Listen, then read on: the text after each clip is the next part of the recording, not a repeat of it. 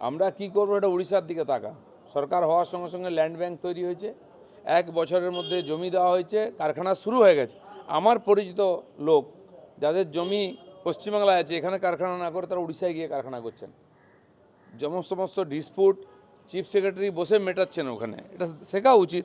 প্রধানমন্ত্রী সমস্ত ইনফ্রাস্ট্রাকচার তৈরি করে দিচ্ছেন, যাতায়াতের ব্যবস্থা করে দিচ্ছেন, ল্যান্ড ব্যাংক করে দেবেন, আর স্বাভাবিকভাবে লোকেরা আসবে। উনি বলেছেন এখানকার ল অ্যান্ড অর্ডার শিল্পের অনুকূল নয়।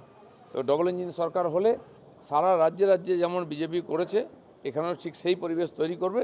নিজের থেকে সমস্ত আসবেন শিল্পপতিরা, কারণ আগের থেকে এখানে সমস্ত সুযোগ সুবিধা উপস্থিত আছে।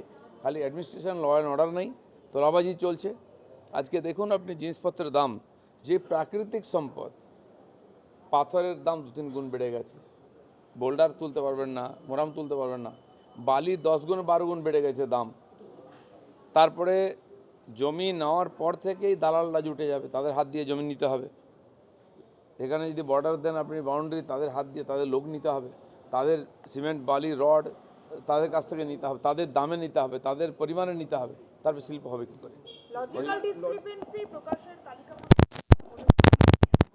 কোথাও কি মমতা বন্দ্যোপাধ্যায় এটাই বারবার দাবি করছিলেন, তৃণমূলের পঞ্চায়েত অফিস ও ব্লক অফিসের সমস্ত তালিকা টাঙিয়ে দিতে হবে। একই সঙ্গে সুপ্রিম কোর্ট নির্দেশ দিয়েছে যে কেউ যদি শুনানি পর্বে চায় কাউকে সঙ্গে করে নিয়ে যেতে পারবে, মানে বিএলএরাও কিন্তু এবার থেকে থাকতে পারবে। তারপরে তৃণমূলের দাবি যে বিজেপির খেলা শেষ, এসআইআর এ বিজেপির খেলা শেষ, এবার কোর্টে হারালাম, এপ্রিল মাসেও হারিয়ে দেবো। খেলা তো হবে এপ্রিলে, দেখা যাবে কে খেলবে। 58 লক্ষ বাদ গেছে, তো হিয়ারিং তো এখনও শেষ হয়নি, কমপ্লেন নেওয়া হচ্ছে এখনও। ওনারা ভাবছেন যে বিডিও অফিসকে, বিএলও অফিসকে ঘিরে দিয়ে এসডিও অফিসকে প্রক্রিয়াটাকে থামিয়ে দেবেন, করতে দেবেন, সেটা হবে না। ইলেকশন কমিশন কন্ডিশন দিয়েছেন যাতে সুস্থভাবে হয়, সেটা হবেই। সুপ্রিম কোর্ট সবসময় তার যেটা ঠিক মনে হয় সেটা দেন। কে ব্যাকফুট কে ফ্রন্ট ফুটে নয়, যেটা নির্বাচন প্রক্রিয়া সুস্থভাবে করার জন্য যেটা প্রয়োজন সেটা বলবেন। কান মুলে দিচ্ছে রাজ্য সরকারের প্রতিদিন, তাতে কী হয়ে গেছে? তো সেই জন্য নির্বাচন কমিশন যেটা করেছেন, সুপ্রিম কোর্ট সেটাকেই সাপোর্ট করছে যাতে সুস্থভাবে হয়। এটা ঠিক ট্রান্সপারেন্ট হওয়া উচিত। বিভিন্ন জায়গায় জেলা জেলা ফর্ম 7 পুড়িয়ে দেওয়া হচ্ছে এবং আগুন জ্বলছে এবং বিক্ষোভ চলছে রাজ্য জুড়ে। তো পশ্চিমবঙ্গে অশান্তি নতুন নাকি? যেদিন থেকে এসআইআর ঘোষণা হয়েছে সেদিন থেকে অশান্তি হচ্ছে, শুরু হয়নি তার আগে। ইচ্ছাকৃতভাবে করা হচ্ছে, আজকেও তাই হচ্ছে। দেখছেন তো, তার সামনে মারপিট হয়েছে, টিএমসির এমএলএ বলছে আমি কিচ্ছু দেখিনি, মানে নেওয়া হয়েছে, দেখতে পান না কিছু। নানুরে আরএসএস করার জন্য রিন্টু পালকে তৃণমূল কার্যালয়ে নিয়ে গিয়ে শাসানি দেওয়া হচ্ছে, বলছে আরএসএস এবং বিজেপি না করলে ছিঁড়ে খেয়ে নেওয়ার হুমকি দেওয়া হচ্ছে। আমাদের 250-এর বেশি কর্মীকে খুন করা হয়েছে। বিজেপির কর্মী আছে, তার মধ্যে আরএসএস, বিশ্ব হিন্দু পরিষদ, যত আমাদের রাষ্ট্রবাদী সংগঠনের কর্মীরা আছেন, বাড়িঘর ভেঙে দেওয়া হয়েছে, ঘর ছাড়া হয়েছে। অত্যাচারের শেষ সীমায় পৌঁছেছি আমরা, কিন্তু ওরা যত ইলেকশন আসছে আবার ভয় দেখানোর চেষ্টা করছে।